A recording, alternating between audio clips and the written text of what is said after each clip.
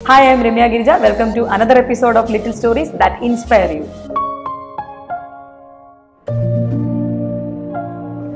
ആദ്യമായി ജോലി കിട്ടി ബോംബെയിൽ പോകുമ്പോഴാണ് കൂറ്റൻ കെട്ടിടങ്ങൾ എന്നെ അതിശയിപ്പിച്ചത്. അന്നാണ് ആദ്യമായിട്ട് ഇത്രയും വലിയ കെട്ടിടങ്ങൾ പൊളിക്കുന്നതും കൺസ്ട്രക്ട് ചെയ്യുന്നതും പിന്നെ വീഴാറായി നിൽക്കുന്ന ബിൽഡിങ്ങുകൾ കാണുന്നതും. അന്നാണ് കൺസ്ട്രക്ഷൻ ഫീൽഡിൻ്റെ വ്യാപ്തി എന്താണ് എന്ന് ഞാൻ മനസ്സിലാക്കുന്നത്. ചെറിയ ബിൽഡിംഗ് ആയിക്കോട്ടെ, വലിയ ബിൽഡിംഗ് ആയിക്കോട്ടെ, എന്തിനേറെ പറയുന്നു, ഒരു പാവ് ഭാജിയുടെ കടയായിക്കോട്ടെ, അതിലെല്ലാം ഒരു കൺസ്ട്രക്ഷൻ്റെ ഡിസൈൻ ഉണ്ട് എന്നുള്ളതാണ്. ഒരു കുട്ടി വരയ്ക്കുന്ന ഒരു പടം നിങ്ങൾക്ക് എടുത്തു നോക്കിയാൽ മനസ്സിലാവാം, അതിലൊരു വീടുണ്ട് എന്ന് വെച്ചാൽ എല്ലാവരുടെ ഉള്ളിലും ഒരു എൻജിനീയർ ഒളിഞ്ഞു കിടക്കുന്നുണ്ട്. എത്ര പേരാണ് ആ ഒരു എൻജിനീയറിംഗ് സ്കില്ല് കണ്ടെത്തുകയും അത് ഒരു കരിയറായി മാറ്റുകയും ചെയ്യുന്നത്? ഇന്ന് അങ്ങനെ സ്വന്തം കഴിവ് കണ്ടെത്തുകയും കൺസ്ട്രക്ഷൻ ഫീൽഡിൽ 200ഓളം പ്രോജക്റ്റുകൾ ഇന്ന് കംപ്ലീറ്റ് ചെയ്ത് നിൽക്കുന്ന ഉണ്ണികൃഷ്ണൻ സാറാണ് ലിറ്റിൽ സ്റ്റോറീസിൽ ഗസ്റ്റായി ഉള്ളത്. യുണീക്ക് ഐ ബിൽഡേഴ്സിൻ്റെ ഓണറാണ് അദ്ദേഹം. സാധാരണ ഒരു എഞ്ചിനീയറിൽ നിന്ന് അദ്ദേഹത്തിനെ മാറ്റി നിർത്താൻ നമുക്ക് സാധിക്കും. കാരണം അദ്ദേഹം ഒരു എഞ്ചിനീയർ മാത്രമല്ല, ഒരു എഴുത്തുകാരൻ കൂടിയാണ്. 50ഓളം പാട്ടുകളാണ് അദ്ദേഹം എഴുതിയിട്ടുള്ളത്. കൂടാതെ അദ്ദേഹം ഒരു നടനാണ്, ഒരു വ്ളോഗറാണ്. ഇതിലെല്ലാം ഉപരി അദ്ദേഹം പല ആൾക്കാരുടെയും വാസ്തു സംശയങ്ങളുടെ അവസാന വാക്കാണ്. നമുക്ക് ലിറ്റിൽ സ്റ്റോറീസിലേക്ക് അദ്ദേഹത്തെ സ്വാഗതം ചെയ്യാം.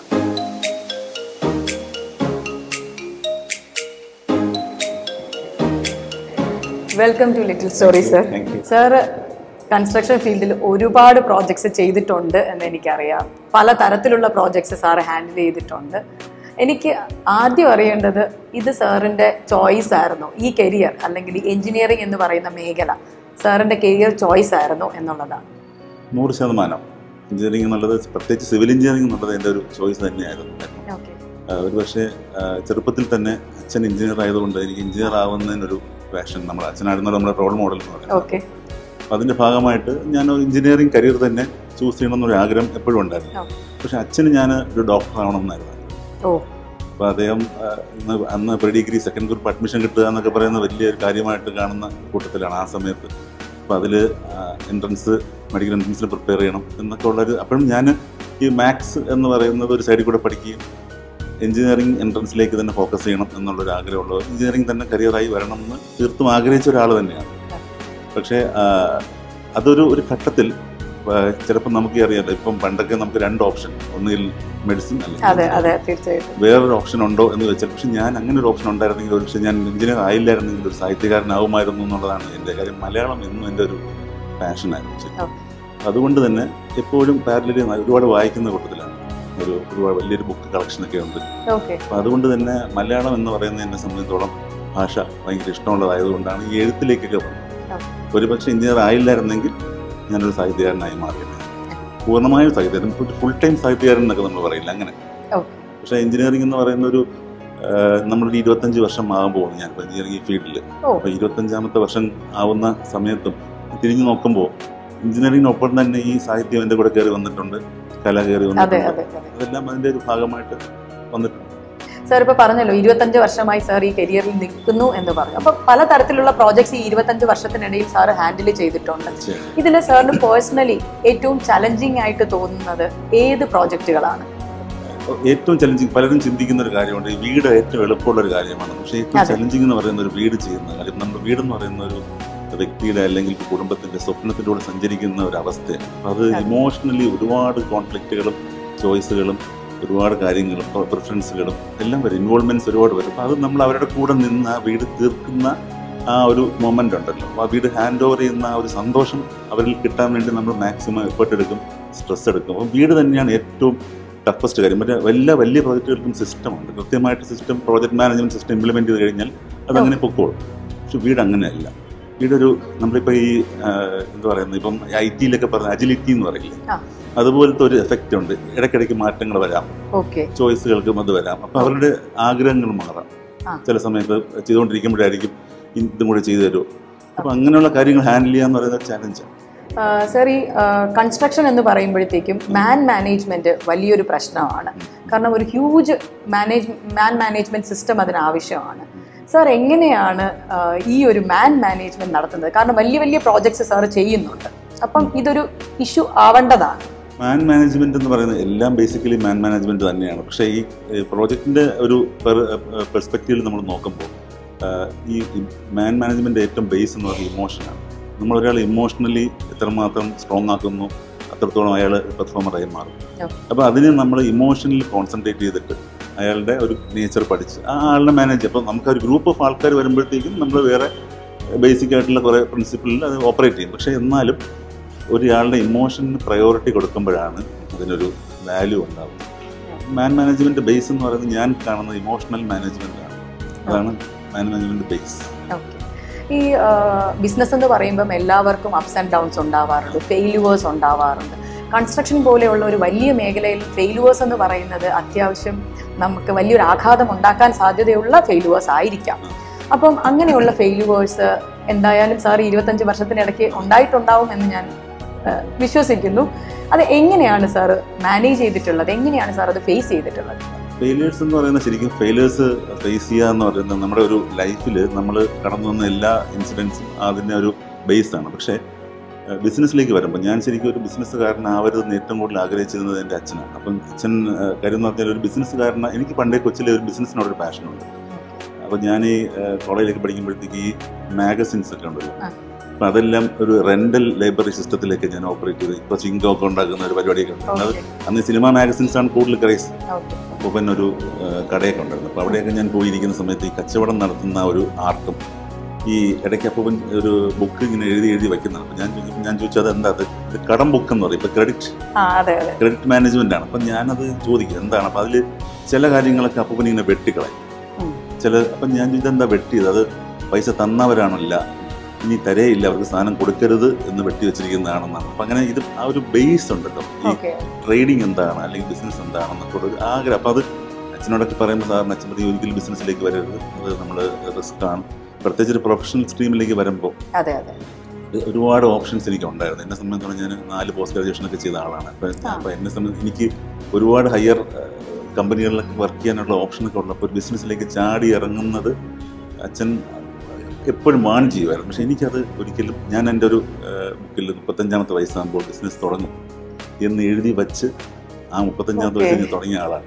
അപ്പോൾ ഏറ്റവും നല്ല കോർപ്പറേറ്റിൽ വർക്ക് ചെയ്തിരുന്ന സമയത്ത് തന്നെയാണ് റിസൈൻ ചെയ്തിട്ട് ഞാൻ തുടങ്ങുന്നത്. ഇനിഷ്യലി ഞാൻ പാസ് ഔട്ട് ആയതിനു ശേഷം ഒരു 3 വർഷം 4 വർഷത്തോളം ഞാൻ ബിസിനസ് ചെയ്തു. അപ്പോൾ ഈ ബാക്കിൽ നിന്നുള്ള പ്രഷർ, അതായത് ഇത് വേണ്ട, ഇത്രയും ക്വാളിഫിക്കേഷൻ ഉണ്ടായിട്ട് നമ്മളിങ്ങനെ ഇതിനു വേണ്ടി നടക്കരുത്, കോൺട്രാക്റ്റിങ്ങിന് വേണ്ടി നടക്കരുത്, അന്നൊരു നമുക്ക് ആ സമയത്ത് നമുക്ക് തരുന്ന ആളുകൾ തരുന്ന വാല്യൂ ഒക്കെ കാണുമ്പോൾ ഒരു ഡൗട്ട് വരും. അപ്പം അതുകൊണ്ടാണ് അപ്പം ഞാൻ അങ്ങനെയാണ് ഒരു കോർപ്പറേറ്റ് കരിയറിലേക്ക് പോയത്. 10-12 വർഷത്തോളം കോർപ്പറേറ്റ് കരിയറിൽ പോയിട്ട് ഞാൻ നേരത്തെ പറഞ്ഞ ആ ഒരു സമയമായപ്പോൾ കൃത്യമായിട്ട് ബിസിനസ്സിലേക്ക് വരികയായിരുന്നു. ഇന്ന് തിരിഞ്ഞു നോക്കുമ്പോൾ ഞാൻ ഹാപ്പിയാണ്. കാരണം അച്ഛൻ്റെ ഡിസിഷൻ കറക്റ്റാണെന്നുള്ളത് നമുക്കറിയാം. അന്നും മോശം പറഞ്ഞിരുന്ന അച്ഛൻ പോലും ഇപ്പോൾ പറയുന്നുണ്ട് ഇതിൻ്റെ തീരുമാനം നല്ല ഡിസിഷനാണ്. കാരണം അതൊരു പിന്നെ ഇപ്പോൾ ഒരു ഫാമിലി സപ്പോർട്ടുണ്ട്. ആ ഫാമിലി സപ്പോർട്ടാണ് അതിൻ്റെ ഒരു ബേസ്. വൈഫായാലും മക്കളായാലും ഇവരെല്ലാം ഇൻവോൾവ് ആണ് ബിസിനസ്സിനെ സംബന്ധിച്ചോളം. അത് വലിയ സപ്പോർട്ടാണ്. അത് ഉള്ളതുകൊണ്ട് എനിക്കത് കണ്ടിന്യൂ ചെയ്ത് പോകാൻ പറ്റി. ആ സമയത്ത് അല്ലെങ്കിൽ ഒരു ട്രാൻസിഷൻ പോസിബിൾ അല്ല. നമ്മൾ ആ ഇൻകം നല്ല ഏൺ ചെയ്തിരിക്കുന്ന സമയത്ത് പെട്ടെന്ന് ബിസിനസ്സിലേക്ക് ഇറങ്ങുമ്പോൾ അത് ആ ട്രാൻസിഷൻ സമയം ഫാമിലി കൂടെ നിൽക്കണം. ഫാമിലിയിൽ കൂടെ നിന്ന്, വൈഫ് കൂടെ നിന്നു എന്നുള്ളതാണ്. അതുപോലുള്ള ഒരു ബാക്കിംഗ് ഉണ്ടെങ്കിൽ മാത്രമേ ഒരാൾക്കൊരു, ആർക്കായാലും ആണുങ്ങളായാലും പെണ്ണുങ്ങളായാലും, ഞാൻ വിശ്വസിക്കുന്ന അതാണ്, കൂടെയുള്ള പാർട്ട്ണറിൻ്റെ ഒരു സപ്പോർട്ട് വളരെ ഇമ്പോർട്ടൻ്റ് ആണ്. ഇപ്പോൾ സാറ് പറഞ്ഞു, സാറ് 4 PG എടുത്തിട്ടുണ്ട് എന്ന് പറഞ്ഞു. അതുകൂടാതെ സാറ് കൺസ്ട്രക്ഷൻ എന്ന് പറയുമ്പോൾ അത്രയും നമ്മുടെ അറ്റൻഷൻ വേണ്ട ഒരു മേഖലയാണ്. അതുകൂടാതെ സാറ് ഒരു എഴുത്തുകാരനാണ്, പാട്ടുകൾ ചെയ്യുന്നു, പിന്നെ സിനിമയിൽ അഭിനയിക്കുന്നു. സാറ് വാസ്തുവിൻ്റെ ഒരു നല്ല വ്ളോഗറാണ്. അപ്പം ഇതിനൊക്കെ എങ്ങനെയാണ് സാർ സമയം കണ്ടെത്തുന്നത്? ഇല്ല, അത് സ്ഥിരം ഫേസ് ചെയ്യുന്നൊരു ചോദ്യമാണ്. കഴിഞ്ഞ കുറേ കാലമായിട്ട് ആളുകൾ ചോദിക്കുന്നൊരു ചോദ്യമാണ്. പക്ഷേ അതിനകത്ത് എനിക്ക് ഒറ്റ കാര്യം പറയാനുള്ളൂ, നമുക്ക് എന്തെങ്കിലും ഇഷ്ടമുണ്ടെങ്കിൽ അതിനുവേണ്ടി നമ്മൾ സമയം കണ്ടെത്തിക്കോളൂ. ഓട്ടോമാറ്റിക്കാണ്. ആ ഇഷ്ടമുണ്ടാവുക എന്നുള്ളൊരു കാര്യമാണ് ഇമ്പോർട്ടൻറ്റ്. ഇപ്പം എനിക്ക് കൺസ്ട്രക്ഷൻ ചെയ്യാൻ ഇഷ്ടമാണ്, കൺസ്ട്രക്ഷൻ സമയമുണ്ട്. എനിക്ക് പാട്ട് എഴുതാൻ ഇഷ്ടമാണ്, പാട്ട് എഴുതാൻ സമയമുണ്ട്. എനിക്ക് സിനിമയിൽ അഭിനയിക്കാൻ ഇഷ്ടമാണ്, സിനിമയൊക്കെ അറിയാമല്ലോ. ഒരു സിനിമയിൽ, കൊമേഴ്ഷ്യൽ സിനിമയിൽ ഞാൻ അഭിനയിച്ചത്. അപ്പോൾ സ്വാഭാവികമായിട്ടും അത് അത്രത്തോളം ടൈം ഡിമാൻഡ് ചെയ്യുന്ന ഒരു കാര്യമാണ്. ടീമിൻ്റെ കൂടെ പോയി നിൽക്കുക, നമ്മൾ ഫുൾ ടൈം വേറെ നമ്മുടെ കാര്യങ്ങളെല്ലാം മാറ്റി വയ്ക്കുക. അപ്പം അതിന് പോലും അത് നമുക്കുള്ളിൽ ആഗ്രഹവും പാഷനും ഉണ്ടെങ്കിൽ മാത്രമേ നടക്കുകയുള്ളൂ. അത് നമ്മളങ്ങനെയാണ് നമ്മുടെ ഒരു മേക്കപ്പ്. സാർ ഈ മേഖലയെല്ലാം ഒന്നിച്ചു കൊണ്ടുപോകുന്ന ഒരു വ്യക്തിയാണ് എന്ന് എനിക്കറിയാം. എങ്കിലും ഞാൻ ചോദിക്കുകയാണ്, ഇതിലേതാണ് സാറിന് ഏറ്റവും പ്രിയപ്പെട്ടത്? ഏറ്റവും പ്രിയപ്പെട്ടത് ചോദിച്ചു കഴിഞ്ഞാൽ എനിക്ക് എൻ്റെ പേഴ്സണൽ ഫേവറേറ്റ് എന്ന് പറയുന്നത് ഇപ്പോഴും കൺസ്ട്രക്ഷൻ തന്നെയാണ്. കാര്യം കൺസ്ട്രക്ഷൻ നമുക്ക് ഇൻകം ഉള്ള രീതിയിലല്ല, അതിന് ഉദ്ദേശിച്ചല്ല പറയുന്നത്. കൺസ്ട്രക്ഷൻ എന്ന് പറയുന്നത് എനിക്കൊരു ദിവസം പോലും കൺസ്ട്രക്ഷൻ സൈറ്റ് കാണാതിരിക്കാൻ പറ്റില്ല. അതുകൊണ്ട് തന്നെയാണ് ഞാൻ പറയുന്നത് ഫേവറേറ്റ് കൺസ്ട്രക്ഷൻ തന്നെയാണ്. പക്ഷെ എല്ലാവരും ചിന്തിക്കുന്നത് എൻ്റെ ഫേവറേറ്റ്സ് പലതും മറ്റു കാര്യങ്ങളാണെന്ന് ചിന്തിക്കുന്നത്. അത് തെറ്റാണ്. ഞാൻ കൺസ്ട്രക്ഷനിൽ തന്നെയാണ് ഫോക്കസ് ചെയ്യുന്നത് എന്നുള്ളതാണ് അതിൻ്റെ സത്യം. പിന്നെ വാസ്തു എന്ന് പറയുന്നത് ഞാൻ 25 വർഷമായിട്ട് റിസർച്ച് ചെയ്യുന്ന ഒരു കാര്യമാണ്. അത് വാസ്തു എന്ന് പറയുന്നത് ശരിക്കും ട്രഡീഷണൽ ആർക്കിടെക്ചറാണ് ഈ വാസ്തു. അതിനെപ്പറ്റി ഒരുപാട് തെറ്റിദ്ധാരണകളുണ്ട്. അപ്പോൾ അത് മാറ്റുക എന്നുള്ളതാണ് എൻ്റെ വ്ളോഗിൻ്റെ ഉദ്ദേശം തന്നെ. അപ്പോൾ അതിപ്പോൾ എത്രത്തോളം അക്സെപ്റ്റൻസ് കിട്ടുന്നതിൻ്റെ കാര്യം അത് ടെക്നോളജിയും എഞ്ചിനീയറിംഗുമായിട്ട് ബന്ധപ്പെടുത്തി ഞാനത് പറയുന്നു എന്നുള്ളത് കൊണ്ടാണ്. അതിൻ്റെ ആ ഒരു യാഥാർത്ഥ്യത്തിനെ നമ്മൾ തിരിച്ചറിയാൻ വേണ്ടിയിട്ടാണ് ഞാൻ അത്തരത്തിലുള്ള ഒരു മേഖലയിലൂടെ ഇത് ചെയ്യുന്നത്. പക്ഷെ അതെനിക്ക് വളരെ ഇഷ്ടമാണ്. വാസ്തു വളരെ റിലവൻ്റ് ആണെന്ന് എനിക്ക് തോന്നിയിട്ടുള്ളത് മാത്രമാണ്. എങ്ങനെയാണ് സാർ ഈ വാസ്തു എന്ന് പറയുന്ന ഒരു സംഭവത്തിലേക്ക് വരുന്നത്? അത് ശരിക്കും ഞാൻ നേരത്തെ പറഞ്ഞല്ലോ, അച്ഛനാണ് ഗുരു. അച്ഛൻ എനിക്ക് വളരെ ചെറുപ്പത്തിൽ തന്നെ അതിൻ്റെ ബേസുകൾ പറഞ്ഞു തന്നിട്ടുണ്ട്. അത് അച്ഛൻ ഇങ്ങനെ ചെയ്യുന്നത് കണ്ടിട്ട് കൂടെ പോയിരുന്ന് ചോദിച്ച് അപ്പോൾ എനിക്കത് വളരെ ഇൻട്രസ്റ്റിംഗ് ആയിട്ട് തോന്നും. ഇത് ഇങ്ങനെ ഒരു പൊസിഷനിങ് അല്ലെങ്കിൽ സ്പേസ് മാനേജ്മെൻറ്റ് വരുമ്പോൾ ഈ സ്പേസിൽ ഈ നമ്മുടെ നാച്ചുറൽ ഫോഴ്സിൻ്റെ ഇമ്പാക്റ്റ് എങ്ങനെയാണെന്നൊക്കെയുള്ള ഒരു ബേസ് അതാണ് അതിൻ്റെ. ആ ഇൻട്രസ്റ്റ് തന്നെയാണ് ഞാൻ ഒരുപാട് ഗുരുക്കന്മാർ അത് ഒരുപാട് വായിക്കുകയൊക്കെ ചെയ്തു. അങ്ങനെയാണ് അതിൻ്റെ എക്സ്പോഷറിലേക്ക് വന്നത്.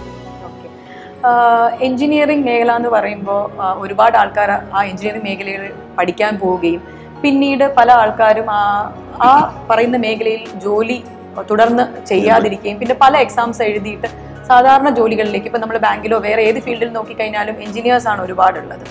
അപ്പോൾ ഈ എഞ്ചിനീയറിംഗ് പഠിക്കുന്ന കുട്ടികൾ അല്ലെങ്കിൽ എഞ്ചിനീയറിംഗ് കഴിഞ്ഞ വ്യക്തികൾ അവരോട് സാറിന് എന്താണ് പറയാനുള്ളത്?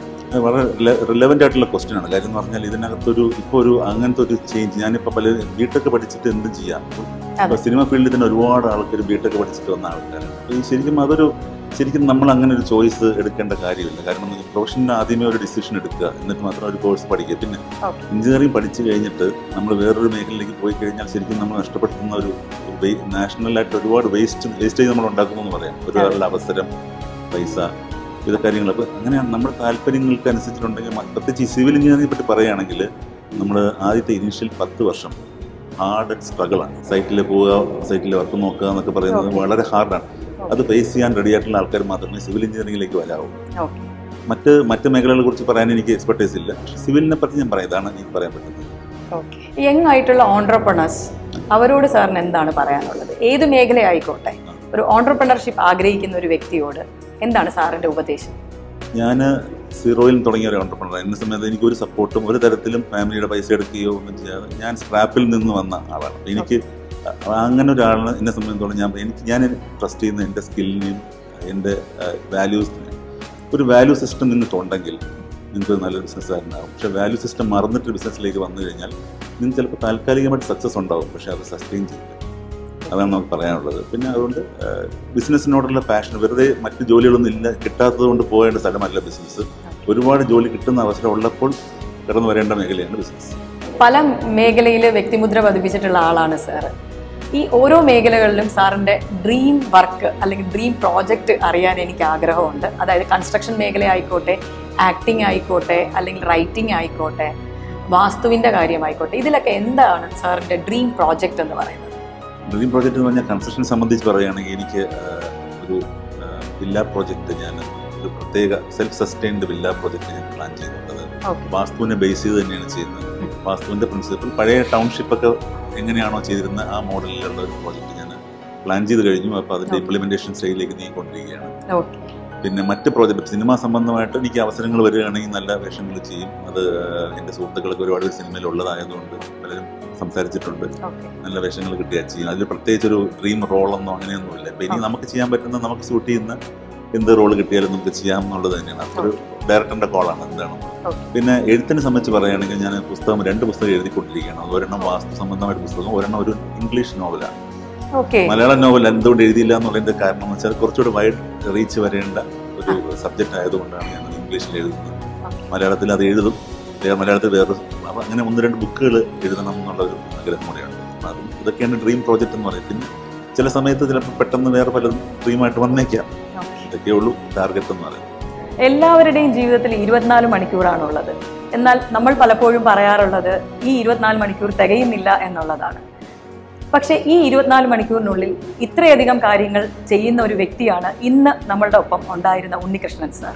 സാറ് ഈ പറഞ്ഞ പോലെ സാറിൻ്റെ നോവൽ പബ്ലിഷ് ചെയ്യാൻ പോകുന്ന നോവലിനും ബാക്കിയുള്ള ഡ്രീം പ്രോജക്ട്സിനും എല്ലാം ആശംസകൾ നേരുന്നു. Thank you sir. Thank you for coming. Thank you very much.